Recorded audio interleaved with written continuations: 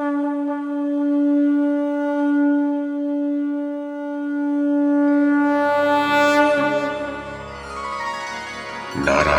नमस्कृत्य नरं चैव नरोत्तमं देवीं सरस्वतीं व्यासं ततो जयमुदीरयेत्।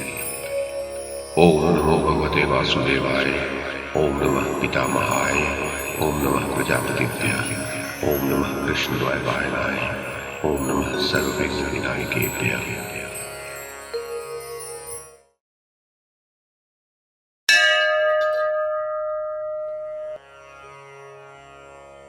वैशंपायन जी कहते हैं, जन्मेजय, संजय ने कहा, कुंती नंदन, युधिष्ठिर ने जब भीष्म जी के रचे हुए अभेद्य व्यूह को देखा तो उदास होकर अर्जुन से कहने लगे, धनंजय, जिनके सेनापति पितामह भीष्म जी हैं, उन कौरवों के साथ हम लोग कैसे युद्ध कर सकते हैं?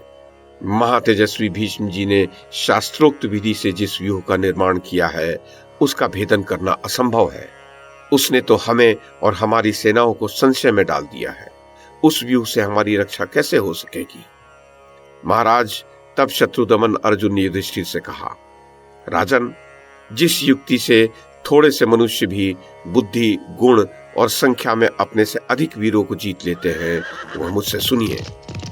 पूर्व काल में देवासुर संग्राम के अवसर पर ब्रह्मा जी ने इंद्र आदि देवताओं से कहा था, देवताओं, विजय की इच्छा रखने वाले वीर बल और पराक्रम से भी वैसी विजय नहीं पा सकते जैसी कि सत्य, दया, धर्म और उद्यम के द्वारा प्राप्त करते हैं। अतः धर्म, अधर्म और लोभ को अच्छी प्रकार जानकर अभिमान शून्य हो उत्साह के साथ युद्ध करो। जहां धर्म होता है उसी पक्ष की जीत होती है। राजन, इसी प्रकार आप भी जान लें कि इस युद्ध में हमारी विजय निश्चित है। नारद जी का कहना है, जहां कृष्ण है वहां विजय है।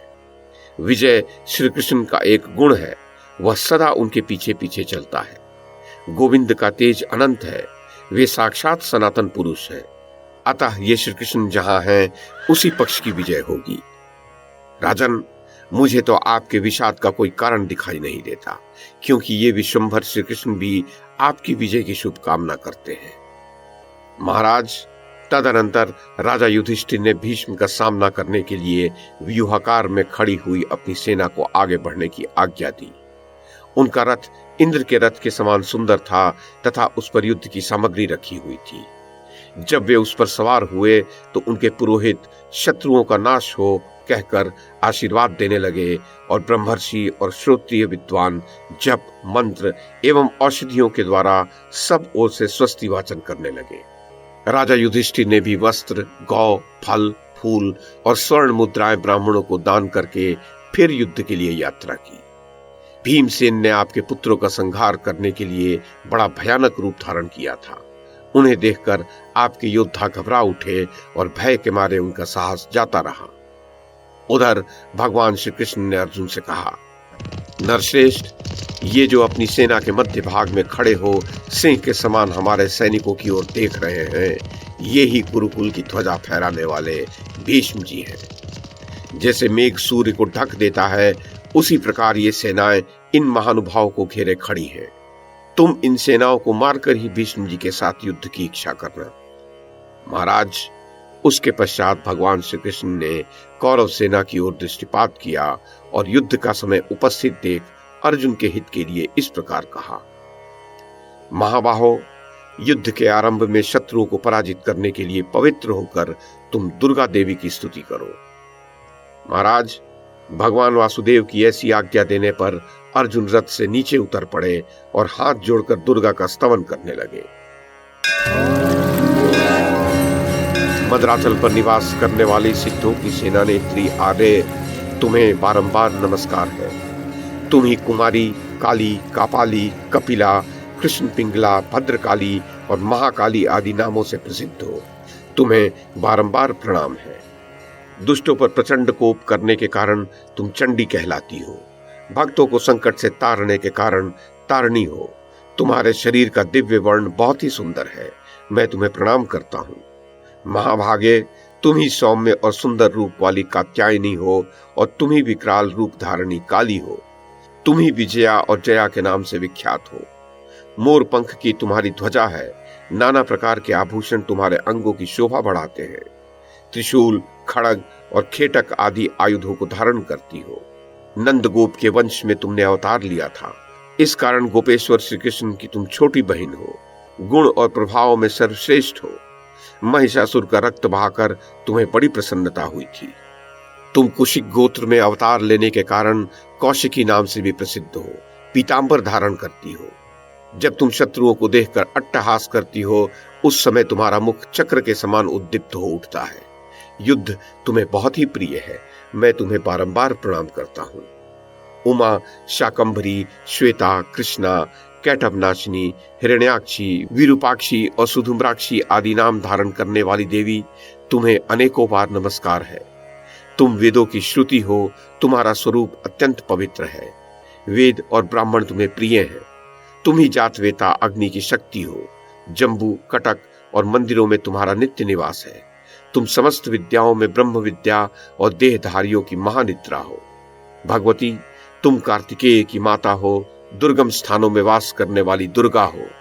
स्वाहा, स्वधा, कला, काष्ठा, सरस्वती, वेद माता सावित्री तथा वेदांत, ये सब तुम्हारे ही नाम हैं। महादेवी, मैंने विशुद्ध हृदय से तुम्हारा स्तवन किया है। तुम्हारी कृपा से इस रणांगन में मेरी सदा ही जय हो।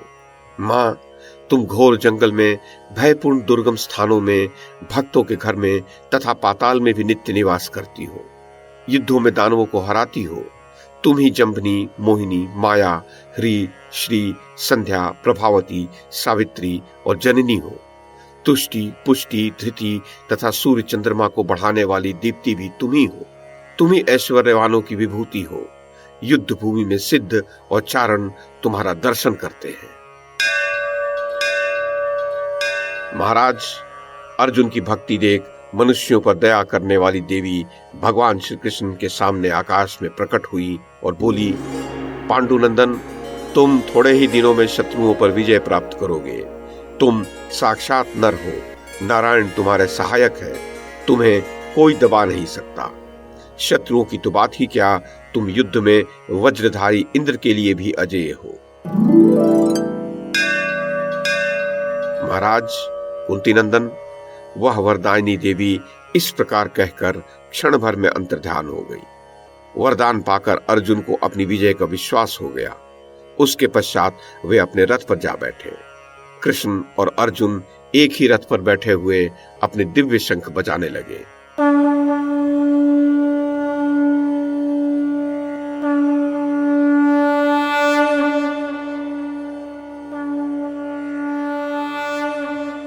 महाराज, जहां धर्म है वहां ही द्युति और कांति है। जहां लज्जा है वहां ही लक्ष्मी और सुबुद्धि है।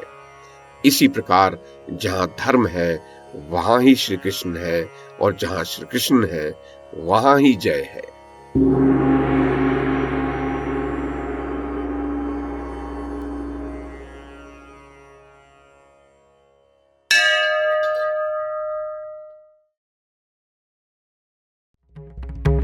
YouTube के माध्यम से महाभारत की कथा को एक श्रृंखला के रूप में प्रस्तुत करने का हमारा ये प्रयास यदि आपको सराहनीय लगा हो तो कृपया इस कड़ी को लाइक और शेयर करें, चैनल को सब्सक्राइब करें और बेल आइकन को दबाएं। साथ में अन्य लोगों को भी देखने के लिए प्रेरित करें। धन्यवाद और नमस्कार।